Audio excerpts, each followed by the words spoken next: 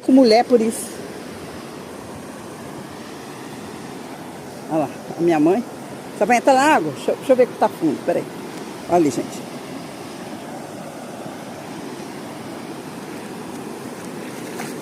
Ó. Entra. Oi? Não, é tiro chinelo não, mãe. Escorrega.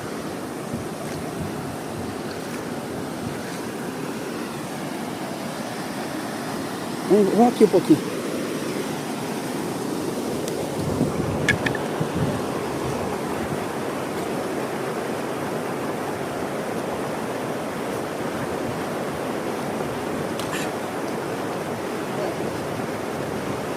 Deixa eu virar aqui para vocês. Olha só.